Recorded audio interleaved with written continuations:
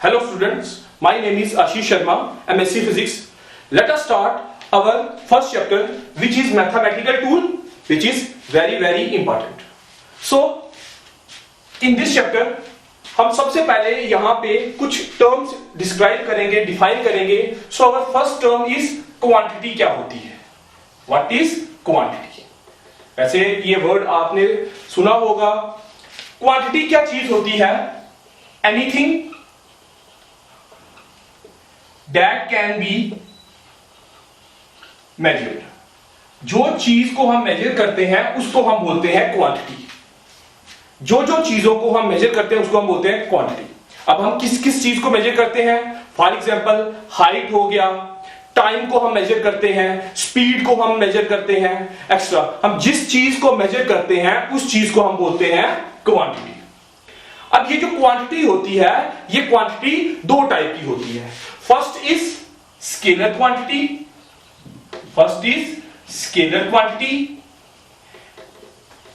And second is vector quantity. First is scalar quantity and second is vector quantity. Scalar quantity वो quantity होती है जिसके पास magnitude होता है. स्केलर क्वांटिटी वो क्वांटिटी है जिसके पास मैग्नीट्यूड होता है. और मैग्नीट्यूड का मतलब क्या हुआ? Magnitude means calculated value. Magnitude का मतलब क्या होता है? Calculated value. आज के बाद जहां पे वर्ड मैग्नीट्यूड आए, दैट मींस कैलकुलेटेड वैल्यू. जो वैल्यू हमने कैलकुलेट की है उसको हम बोलते हैं मैग्नीट्यूड. और वेक्टर क्वांटिटी क्या चीज होती है? वेक्टर क्वांटिटी हमारे पास वो क्वांटिटी है जिसके पास मैग्नीट्यूड भी होता है और साथ में उसके पास डायरेक्शन भी होती है. वेक्टर क्वांटिटी के पास magnitude as well as direction. अगर हम बात करें स्केलर क्वांटिटी की एग्जांपल्स, स्केलर क्वांटिटी की एग्जांपल्स की बात करें तो हम कौन कौन सी क्वांटिटी को स्केलर क्वांटिटी बोल सकते हैं? So first is distance. Distance जो है हमारे पास एक स्केलर क्वांटिटी है. डिस्टेंस की डिफाइन क्या कहती है? ये डिस्टेंस वगैरह ये टर्म्स हम थर्ड चैप्टर काइनेमैटिक्स में डिटेल में पढ़ेंगे. अगर हम डिस्टेंस की बात करें तो टोटल जर्नी ट्रेवल्ड या टोटल जर्नी कवर्ड. तो डिस्टेंस की कोई मैग्नीट्यूड तो है. अगर हम बोले कि कहीं से स्टार्ट हमने किया और कहीं पे हमने अपना जर्नी एंड किया, तो हम उसको जब कैलकुलेट करेंगे, मेजर करेंगे उस जर्नी को, तो हमारे पास कुछ वैल्यू आएगी. लेट हमारे पास वो वैल्यू आती है 6 किलोमीटर. तो वहां पे ये जो किलोमीटर हमने मेजर किया, कैलकुलेट किया, तो इसलिए यहां पे ये जो हमारे पास स्केलर क्वांटिटी था इसके पास मैग्नीट्यूड, और यहां पे मैग्नीट्यूड की कितनी वैल्यू आई? 6. और इस 6 का कोई पर्टिकुलर डायरेक्शन नहीं था. अब हमारे पास distance is a scalar quantity. उसी तरीके से हमारे पास मास जो है वो भी हमारे पास स्केलर क्वांटिटी होती है. इसी तरीके से टाइम जो है हमारे पास स्केलर क्वांटिटी है. तो ये हमारे पास कुछ क्वांटिटीज है जो स्केलर होती हैं.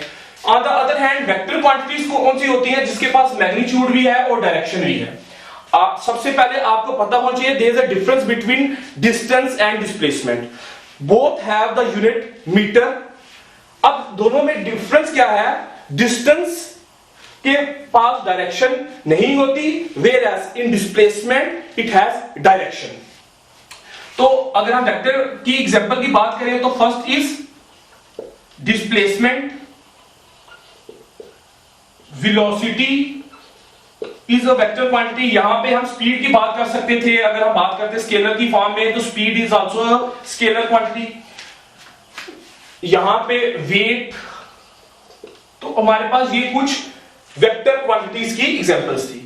तो हमारे पास अब आपको पता चल गया होगा कि क्वांटिटी क्या होती है. क्वांटिटी की दो टाइप्स होती है, scalar and other is vector quantity. Next term है हमारे पास कांस्टेंट. क्या होता है? A quantity whose value remain same or whose value remain unchanged during mathematical operations. Constant वो क्वांटिटी होती है जिसकी वैल्यू चेंज नहीं होती जब हम मैथमेटिकल ऑपरेशंस में यूज करते हैं. हम एग्जांपल में देखते हैं कि क्या इसका मतलब हुआ, किनको हम कांस्टेंट बोलते हैं. फॉर एग्जांपल जितने भी इंटीजर्स होते हैं, जितने हमारे पास फ्रैक्शंस होते हैं, अगर हम बात करें वैल्यू ऑफ पाई और अगर हम इक्वेशन में बात करें तो इक्वेशन में कांस्टेंट ए, बी और सी को रिप्रेजेंट हम करते हैं। जैसे कि अभी मैं आपको इसके ऊपर एक एग्जांपल बताता हूं। जैसे कि आपने प्रीवियस क्लास 10th में आपने पाई की वैल्यू आपने यूज की, आपने क्वेश्चन में पाई की वैल्यू यूज की, तो आपने पाई की वैल्यू वहां पे क्या चीज ली थी, आइदर 22/7 या फिर आपने वहां पे वैल्यू ली 3.14। क्या कहीं पे इसके अलावा आपने कोई वैल्यू यूज किया apart from these two value? क्या आपने पाई की वैल्यू, इन दोनों वैल्यूज का मतलब सेम ही है। तो पाई जो है हमारे पास, जब हमने उस पाई की वैल्यू क्वेश्चंस में यूज किया, that the value of pi remain same. अब हमने डिफाइन क्या कहती है कि जिसकी वैल्यू चेंज नहीं होती।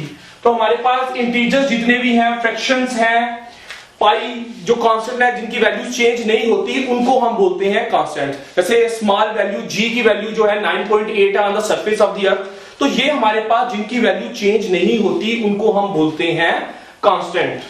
फिर बात आती है वेरिएबल्स क्या होते हैं।